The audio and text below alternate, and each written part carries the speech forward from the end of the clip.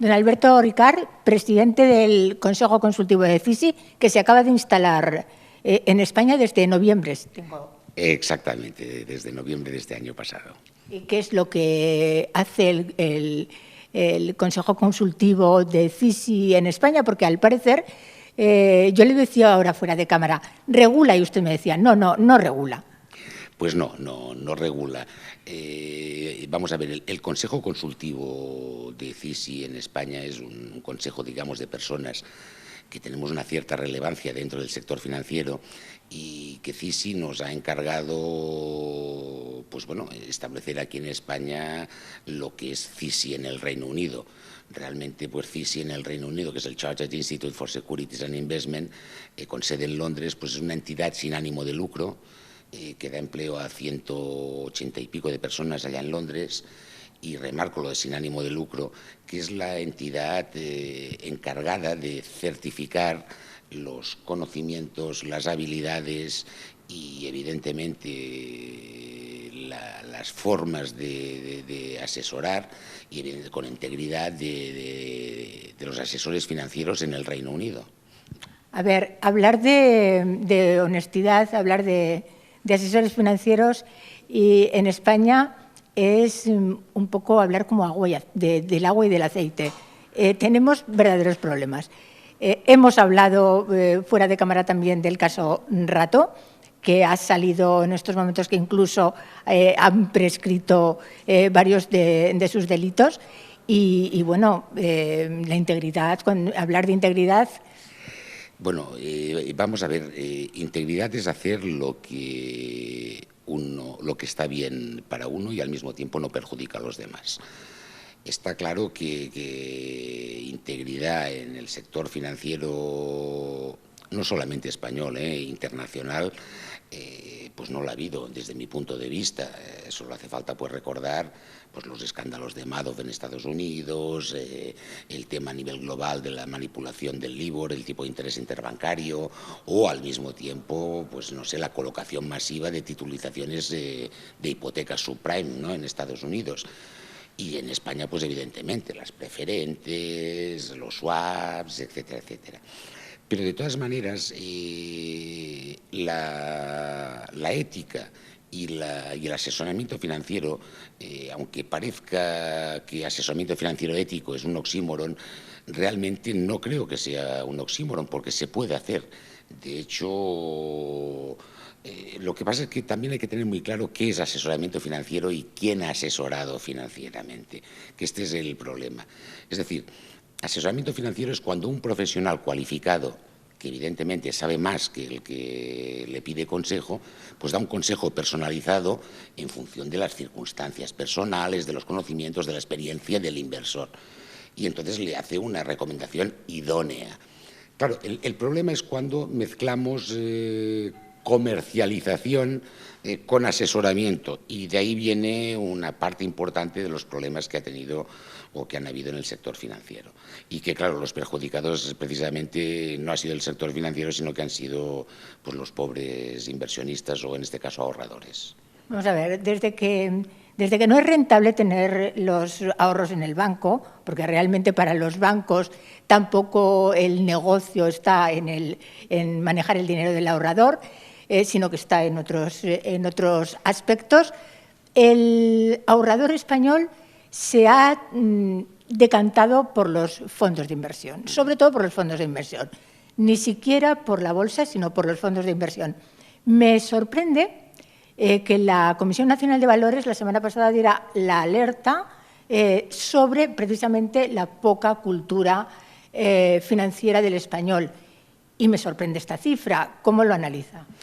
Pues es muy claro. Es decir, vamos a ver, España tiene una estructura bancaria después de las fusiones y tal, pero continúa siendo una estructura muy, como diría yo, capilar. Es decir, con un gran número de oficinas bancarias que están distribuyendo los productos financieros que sus entidades como fábricas fabrican. Claro, esto está haciendo que evidentemente, como estoy muy bien apuntado, que haya un trasvase importante de los depósitos, que claro, en este momento están dando intereses del 0 y algo por ciento, si lo dan, a fondos de inversión. A mí me preocupa mucho porque si esta venta, que no asesoramiento, no se hace adecuadamente, pues claro, en el momento en que haya un revés en los mercados de renta fija, por ejemplo, como lo puede haber, o la renta variable, que es un mercado que tiene volatilidad. Si quiere luego le explico la diferencia entre volatilidad y riesgo, pero que tiene volatilidad, por lo tanto podría hacer perder el dinero en algún momento a los clientes. Claro, si esto no se ha hecho bien y personas que estaban en un depósito, es decir, en un dinero totalmente seguro, pasan pues a un fondo, por ejemplo, mixto, que es la alerta esta que estaba haciendo, que usted apuntaba, que hacía la Comisión Nacional del Mercado de Valores la semana pasada. Claro, un fondo mixto tiene un componente de riesgo superior a tenerlo en la cuenta corriente o en un depósito bancario. Automáticamente esto puede llegar a producir pérdidas y a lo mejor estas personas no tienen lo que yo llamo el perfil de insomnio para soportar estas pérdidas. Explíqueme la diferencia entre volatilidad y riesgo, porque quizás estas personas que han adquirido estos fondos tampoco lo sepan. Mire, riesgo es la probabilidad de perder algo. Si es en inversiones, es la probabilidad de perder dinero. Cuando hablamos de probabilidad lo estamos llevando al terreno de las matemáticas, es decir, hay una probabilidad X determinada, ¿en función de qué? En función de unos parámetros determinados, como pueden ser el tipo de inversión, el plazo y en qué está materializada. Volatilidad es la oscilación de precios. Es decir, hay productos volátiles. Es decir, le voy a poner un ejemplo muy claro. Apple, ¿qué le parece a usted Apple? A mí me parece una gran empresa. Muy bien, y estamos hablando pues de la mayor empresa del mundo, que además gana muchísimo dinero y tiene una caja muy grande, pero Apple es volátil. ¿Por qué? Porque sus acciones han podido valer $180 y ahora valen 120. Por lo tanto, hay una oscilación. Dices, riesgo de perder en Apple, es decir, de que la compañía quiebre, hoy por hoy, poquísimo. Pero en contrapartida, sí que hay un riesgo, que en este caso no es riesgo, sino que es volatilidad, de que usted compra las acciones a 180 y el mercado las lleva a 120, automáticamente usted tendrá la sensación de que ha perdido, aunque está invertida en una empresa muy buena. Este es el tema que, claro, muchas veces la volatilidad, si no se tiene en cuenta un horizonte temporal largo, puede hacer que se transforme en riesgo de pérdida. Ustedes se dedican un poco a formar, a calificar, pero también a formar a los asesores financieros. A ver, el Chartered Institute, es decir, CISI, no se dedica a formar. CISI da los programas, da los materiales, impone las estructuras para que luego unos accredited trainers, es decir, unas empresas de formación, formen. ¿Para qué? Para presentarse al examen que hace CISI. Es decir, CISI en este caso no es una empresa de formación, es una empresa certificadora.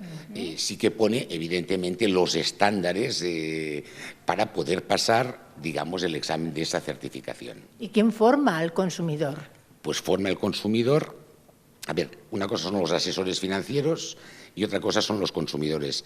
Claro, Banco de España, CNMV, algunas entidades han hecho un esfuerzo, yo pienso que pequeño, para hacer llegar la formación financiera al consumidor.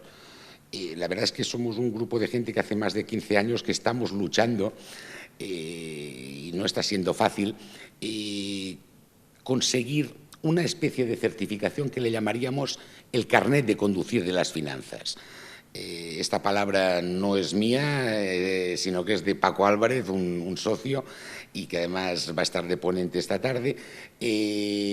Pero es así, es decir, que tendríamos que poner curricularmente dentro de la educación primaria y de la secundaria una asignatura que fuese finanzas. No estoy hablando que se tenga que tener un nivel universitario, pero sí las finanzas básicas, es decir, qué es un presupuesto familiar, qué es una tarjeta de crédito, qué es una cuenta corriente, qué es un fondo de inversión, qué es un depósito a plazo fijo, cómo se regulan los tipos de interés.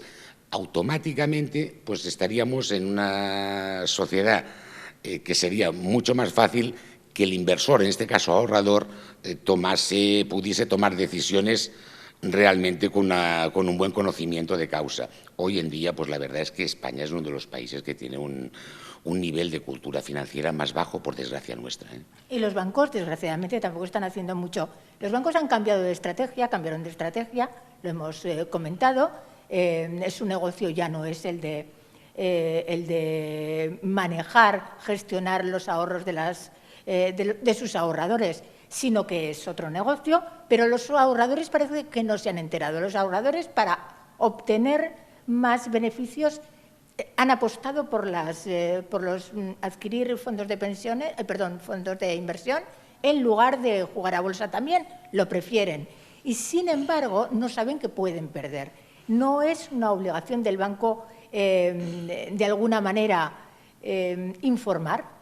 Sin lugar a dudas, el banco está obligado. Es decir, vamos a ver, cuando se asesora la compra de un fondo de inversión a un inversor minorista, el banco está obligado a pasar unos test y un formulario de conocer al cliente, en el cual ha de saber, lo que digo yo siempre a mis alumnos, cuál es el umbral de insomnio de un cliente. Es decir, no todos dejamos de dormir en el mismo momento cuando perdemos dinero. Hay quien dice, oiga, yo puedo perder un 5% y duermo tranquilamente. Y hay quien dice, oiga, yo no puedo perder nada porque en el momento en que pierda un céntimo ya no duermo. Bien, pues esto es el umbral de insomnio, o lo que los bancos dicen el perfil de riesgo del cliente. Sí que es cierto que los bancos están haciendo un traspaso importante de dinero, digamos, seguro, protegido además por el Fondo de Garantía de Depósitos, hasta 100.000 euros en depósitos a plazo fijo, que hoy en día están dando intereses pues bajos, si los dan del 0, algo, a fondos de inversión. De hecho, esto es lo que usted me comentaba antes, también fuera de cámara, el tema de que la CNMV ha hecho una alerta sobre... Lo hablaremos ahora. Sobre la venta de los fondos estos mixtos que se han puesto ahora... Sí, una alerta importante la semana pasada que dijo que los bancos, dijo textualmente, que algunos bancos a través de sus webs estaban vendiendo con una, vamos a dejarlo en publicidad engañosa, esos fondos. Bueno, es decir, faltaba explicar los riesgos en que incurre el inversor en esos fondos. Es decir, estaban hablando de rentabilidades pasadas, pero lo que sí que sabemos todos los que estamos en los mercados financieros, que rentabilidades pasadas no presuponen rentabilidades futuras. Por tanto, sí, es decir, se está haciendo una venta a lo mejor no suficientemente bien informada. De hecho, lo que sí que está claro es que MiFID II, que se transpone al ordenamiento jurídico español, pues y se va a empezar a publicar a partir de enero de este año y de aplicación en enero de 2017, esto va a regular el asesoramiento financiero de una manera mucho más dura, teniendo muy claro quién puede asesorar, quién puede comercializar o quién informa.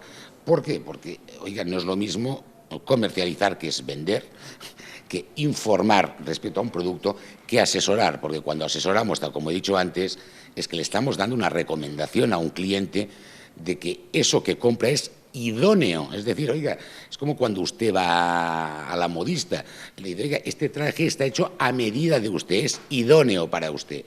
Si usted va a un gran almacén, no pretenderá que sea idóneo. Bueno, usted sí, porque tiene muy buen tipo, pero los que no tenemos buen tipo, normalmente hay que cortarnos las mangas, los pantalones, estrechar. Bueno, pues este es el tema. Hay otro hándicap importante dentro de los productos financieros, que son los planes de pensiones. Muchísima gente en este país está perdiendo dinero con su plan de pensiones y no lo sabe. Los bancos no les están informando. Pero eso sí que es un negocio para los bancos. Explíqueme, ustedes como sabedores de la ética que es necesaria en este sector, ¿cómo lo analiza? Bien, esta es una pregunta que no habría para una entrevista, sino que es para escuchar una clase mía, pero de 5 o 6 horas. Ya me gustaría, pero vamos a intentar. Cuando usted quiera. Voy a intentar sintetizar. Sí que es cierto que los fondos de pensiones y los planes de pensiones en España y además lo he dicho públicamente en foros públicos, por lo tanto lo voy a volver a decir ahora, han sido un engañabobos. Son productos totalmente cautivos que las entidades han colocado a través de sus redes capilares y además siempre en campaña, en junio y en diciembre. Y además regalando jamones, televisiones y nunca hablando de rentabilidad, que eso es lo grave. Por lo tanto, sí que es cierto que se ha hecho una muy mala comercialización de los planes de pensiones y normalmente siempre han sido como compensación a otras operaciones. Oye, te doy una hipoteca si me haces un plan de pensiones. Dicho esto, yo quisiera decir que los planes de pensiones son un instrumento muy bueno para la planificación de la jubilación. De hecho, la verdad es que me considero un experto en planificación de la jubilación porque llevamos muchos años en el despacho planificando la jubilación de las personas y nuestra primera recomendación es decir, oye, ahorra entre el 10 y el 15% si tienes más de 25 o 30 años de lo que tú ganes para el día de mañana, porque el sistema europeo, iba a decir el español, pero no es cierto, el sistema europeo de pensiones es inviable totalmente, es decir, no es sostenible. Pensemos que Europa pues tiene el 7% de la población mundial, genera el 25% del PIB mundial, pero también genera el 75% del gasto mundial en economía social, es decir, en pensiones, en seguridad social, etcétera. Esto es insostenible totalmente. Por lo tanto, mi recomendación a los jóvenes que me oigan, a los no tan jóvenes, es que ahorren con un horizonte temporal de su jubilación. Y no necesariamente el plan de pensiones es el mejor instrumento, no es el mejor, pero sí es un instrumento interesante. ¿Para quién? Bueno, pues para quien tenga una renta determinada. ¿Por qué? Porque le permite la famosa frase esa de desgravar. No es desgravar, sino lo que permite es diferir el pago de impuestos hasta en el momento en que tiene menos ingresos, que se supone que es cuando uno está jubilado. En todo esto, los planes de pensiones aquí en España, pues una cosa curiosísima, si se quisiese que fuesen un producto idóneo, pues no hubiesen bajado además el límite de 12.500 euros a 8.000, como se ha bajado pues este año. Pero bueno, es lo que hay. Yo pienso que aquí hace falta una reforma realmente muy importante en los planes de pensiones. Mire, España tiene 64.000 millones de euros en planes de pensiones. Bueno, usted me dirá, ¿esto es mucho o es poco? Bueno, yo diría que es una miseria. Si lo ponemos en términos de PIB, pues esto llega a ser pues el 4 y pico por ciento del PIB español. Dice, si tenemos en cuenta pues, que hay países como Estados Unidos que los planes de pensiones, los fondos de pensiones tienen casi el 90% del PIB, o países como Holanda que tienen el 130%, o Austria, como verá, aquí destinamos muy poco dinero a la planificación de la jubilación y hay que destinar mucho esfuerzo a planificar la jubilación. ¿Y qué es lo que tenemos que hacer? Ahorrar. Ahorrar, pero ¿cómo? Eso es muy fácil decirlo. ¿Cómo le dice usted ahorrar a un elenco de personas que están trabajando y están cobrando máximo 600 euros, que a lo mejor la otra pareja está en paro, que no se están produciendo las reformas para que en España se produzca trabajo? No hay una perspectiva de que en España haya una recuperación del empleo. No la hay. ¿Cómo se le puede decir a una persona? Porque, claro, 10 años se pasan enseguida. En economía no, para la historia de un país tampoco, pero una persona se puede encontrar con que a los 60 años o 65 años lo van a jubilar y ha cobrado 600 euros. No ha ahorrado. Ahorrar, ¿qué es lo que tiene que hacer? La vuelta le vamos a dar. ¿Qué es lo que tiene que hacer el sistema para que las personas puedan ahorrar? Pues está claro que el sistema es insostenible, ya se lo he dicho. Se dan estas desgraciadas situaciones que usted acaba de plantear. No me gustaría estar en la piel de esta persona en los próximos años. bueno, entiendo que tendremos que buscar un sistema asistencial de alguna manera con una pensión mínima necesaria para que las personas puedan vivir. Eso está claro. Pero yo no me dirijo ya a los que ya estamos cerca de, sino que yo me dirijo sobre todo a las generaciones jóvenes, a mis colaboradores del despacho, que les digo, ahorrad todo lo que podáis, de verdad. Ahorraros ese café, ahorraros esa pizza de más o ahorraros de esto, porque vale la pena prepararos, porque cuando vosotros os jubiléis, y se lo digo a ellos, es decir, mire, un jubilado en el año 2017, con la última reforma que se ha hecho de los planes de pensiones, perdón, de los planes de pensiones, del sistema de pensiones español, un jubilado que se jubile en 2017 ya cobrará toda su vida un 0,75% menos que uno que se jubile en 2016, es decir, en el año próximo. Y esto ya se ha hecho con la famosa última reforma. Y a eso vamos, es decir, por desgracia, las personas que hoy tienen 30 años, yo estoy convencido de que si no se han planificado la jubilación, pues tendrán derecho a un tema asistencial, pero nada más. Dígame, una cosa lleva a la otra, evidentemente. Usted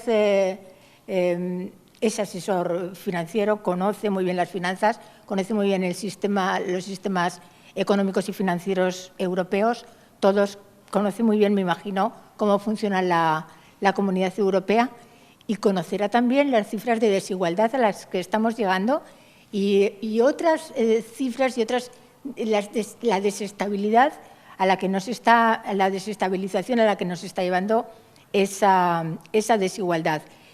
¿Qué culpa tiene en todo lo que está ocurriendo? ¿Qué culpa tiene las finanzas y la economía? ¿Tiene alguna? Pues una culpa realmente importante. Lo que pasa es que, vamos a ver, yo pienso que estamos ante una crisis de valores, es decir, los valores calvinistas del esfuerzo, el valor calvinista de la meritocracia, que en España existían, y de hecho el salto tan impresionante que hizo España pues desde el año 75 hasta los años 90 o hasta hoy, hasta nuestros días, es realmente espeluznante. Pero sí que con estos últimos años, es decir, los últimos 90 y la primera hasta el 2007, hay una crisis de valores. Y, oiga, se lo demuestra pues lo que hemos hablado, los escándalos financieros. Ahora el nuevo escándalo, que es el tema, por ejemplo, de Volkswagen. Todo esto implica una pérdida de valores del sistema. Por el otro lado, el valor del esfuerzo ya no está o no estaba premiado, sino que estaba premiado el conseguir los resultados a 31 de diciembre. Es decir, ¿por qué? Pues unos excesivos bonus o premios a conseguir unos determinados objetivos. Claro, como no volvamos otra vez a los valores tradicionales, y entiéndame la palabra tradicional como los que fueron, pero no porque todo lo pasado fuese mejor, pero sí que es cierto que se ha demostrado que con esta crisis pues lo que ha habido es una falta de valores, es decir, una falta de integridad en el sector financiero, una falta de valores ya en el sector de la automoción, y lo que vaya saliendo, porque irá saliendo. Hemos de volver, por otro lado, pues viendo, por ejemplo, cómo los estados se han ido endeudando hasta cifras que, oiga, si no se saben ni leer estas cifras, que el mundo está encima de una burbuja de deuda, que los tipos de interés están negativos, es decir, estamos ante una paradoja. Que dices que en mi época, cuando yo estudiaba, esto lo aguantaba solo el papel. De decir, no, es que el tipo de interés puede ser negativo. Anda, ya. Pero, ¿cómo puede ser negativo? Sí, oiga, yo le presto a usted dinero y además le pago por prestarle. Oiga, esto es la antítesis de una locura en la que hemos vivido 10 o 20 años en este país. Estamos viviendo actualmente, ¿no? Entonces, por lo tanto, yo pienso que hay que hacer un esfuerzo a nivel global. Yo recuerdo unas declaraciones del presidente Sarkozy, entonces en Francia, en el año 2008, que si rescatamos la hemeroteca, pues las podríamos leer, que hay que refundar el capitalismo. Hay que refundar el capitalismo, pero en los valores de trabajo, esfuerzo, meritocracia, y no oiga, el resultado a final de año, el beneficio inmediato, el ahora ya y si no lo pierdes. Y bueno, y esto nos va a costar una generación, pero yo pienso que lo hemos de conseguir, no hay más remedio. Parece que estamos como muy enfrentados. O sea, por un lado están las grandes empresas del IBEX que parece que están peleadas con los trabajadores. Por otro lado están los banqueros que también están peleados con los clientes. Los clientes, los consumidores muy cabreados con todos. Y en medio los políticos que no están ayudando a nada. Porque claro, bajo el punto de vista de que un señor Rato, por ejemplo, puede estar cobrando una nómina de Telefónica presuntamente a través de una sociedad interpuesta y su partido político no dice nada y esto lo acepta diciendo, pues bueno, ya prescribirá, pues entonces es que estamos todos como muy peleados, ¿no? Pero es lo mismo, si nos fijamos es un tema de valores. El señor Rato, que en su momento fue un gran ministro de Economía de España, que en un momento determinado, pues como mérito lo hicieron director general del Fondo Monetario Internacional, pues oiga, pues este señor es un delincuente o un presunto delincuente, perdón, pero hacía cosas que se están demostrando y oiga, no eran correctas. ¿Qué es? Un problema de valores. Que si ha habido temas dentro de la banca y los clientes, normal, un tema de valores. ¿Por qué? Pues oiga, si Bankia sale a mercado y realmente vale menos, pero lo venden a más y al mismo tiempo transforman pues unas cosas, unos papeles en acciones y esas acciones cada vez valen menos, pues está claro que esto es un tema de valores, no hay integridad. No hay integridad. Por lo tanto, estamos, es decir, la conclusión es la misma que decíamos antes, estamos en una crisis de valores. Yo pienso que hay que volver a los valores tradicionales. Oiga, gana más quien trabaja más, gana más quien le pone más esfuerzo, y para eso hay que cambiar los valores, decir, oiga, no, es que usted ganará más, pero si lo hace bien durante 5 años, no a 31 de diciembre, sino a 5 años. Automáticamente con eso estamos yendo a un sistema de valores como creando riqueza y no especulación rápida. Vamos a ir terminando ya, señor Ricard, porque además sé que se tiene que ir, pero dígame, luego están las instituciones europeas y las instituciones mundiales, usted ha dicho, el Fondo Monetario Internacional, que de repente ahora, después de 2 reformas laborales y después de unos recortes en los sueldos espectaculares, ahora dice que no había que hacer eso, que se han equivocado y que, bueno, ¿y esto qué pasa? Sí, realmente es muy grave. Vamos a ver, yo tengo un socio que el otro día hacía una conferencia y la verdad es que me hizo mucha gracia, que dice, oye, Europa en sí misma no es viable. Enrique, ¿cómo dices esto? Y dice, hombre, sí, en sí misma no es viable, es un gran economista. Hombre, pues explícate por qué no es viable. Y dice, no, pero oye, pero no se romperá, ¿eh? Hombre, entonces ahora sí que lo entiendo. No se romperá porque hoy hay una estructura de 60.000 tíos viviendo de esto, pues que, oye, esto no se romperá. Digo, bueno, pues me parece... Y esto entronca con lo que dice usted, ¿no? Es decir, organismos internacionales. Yo les hago hacer un ejercicio a mis alumnos que miren en las webs del Banco Mundial, en las webs del Fondo Monetario Internacional, y que vean cuál es el objetivo de estas entidades. Y cosa curiosa, es que no haya crisis, que no hayan crisis sistémicas. Pues no sé qué hacían el Banco Mundial, el Fondo Monetario Internacional, la OCDE, mientras tanto ha pasado lo que ha pasado. Es la estructura que tenemos y yo pienso que hay que reformarla. ¿Pero cómo? Pues oiga, yendo hacia una economía que sea mucho más sostenible, que evidentemente se gane dinero, porque si no se gana dinero no funciona la economía, pero una economía pues más acercada a la persona, más acercada a la sociedad, más acercada a los valores y que el ahorrador, el inversor, pues se sienta que su dinero pues está contribuyendo a ¿qué? Pues a una riqueza de mucha más gente. No sabíamos ni lo que hacían ni lo que hacen. La última pregunta, señor Ricard. Ya sabemos que ya nos están insistiendo en que terminemos. Usted va a pedir, su organización va a pedir ética a los bancos españoles.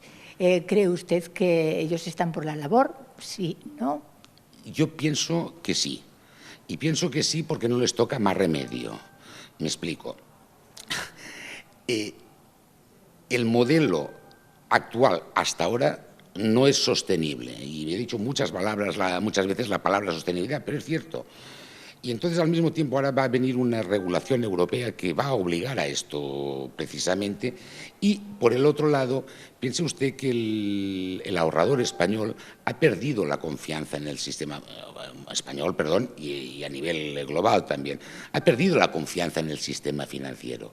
Y es por esto que los bancos y las entidades financieras a nivel global han de apostar precisamente por recuperar esta confianza. ¿Y cómo van a recuperar la confianza? Pues apostando precisamente por situaciones éticas, situaciones íntegras. Espero, al menos eso es lo que espero, y vamos a continuar luchando desde el Chartered Institute for Securities and Investment para que esto sea así, o al menos la gente que se certifique con nosotros pues cumpla estos estándares. Pues que así sea, señor Ricard. Muchísimas gracias por atendernos y por aclararnos estas dudas. Gracias. Siempre a su disposición. Muchas gracias a ustedes. Vale. Vamos, pues ya está. No se quieren las llaves de tu coche, querían para la entrevista. Sí. Hemos tenido que coger las llaves de su abrigo porque estaba en material difícil.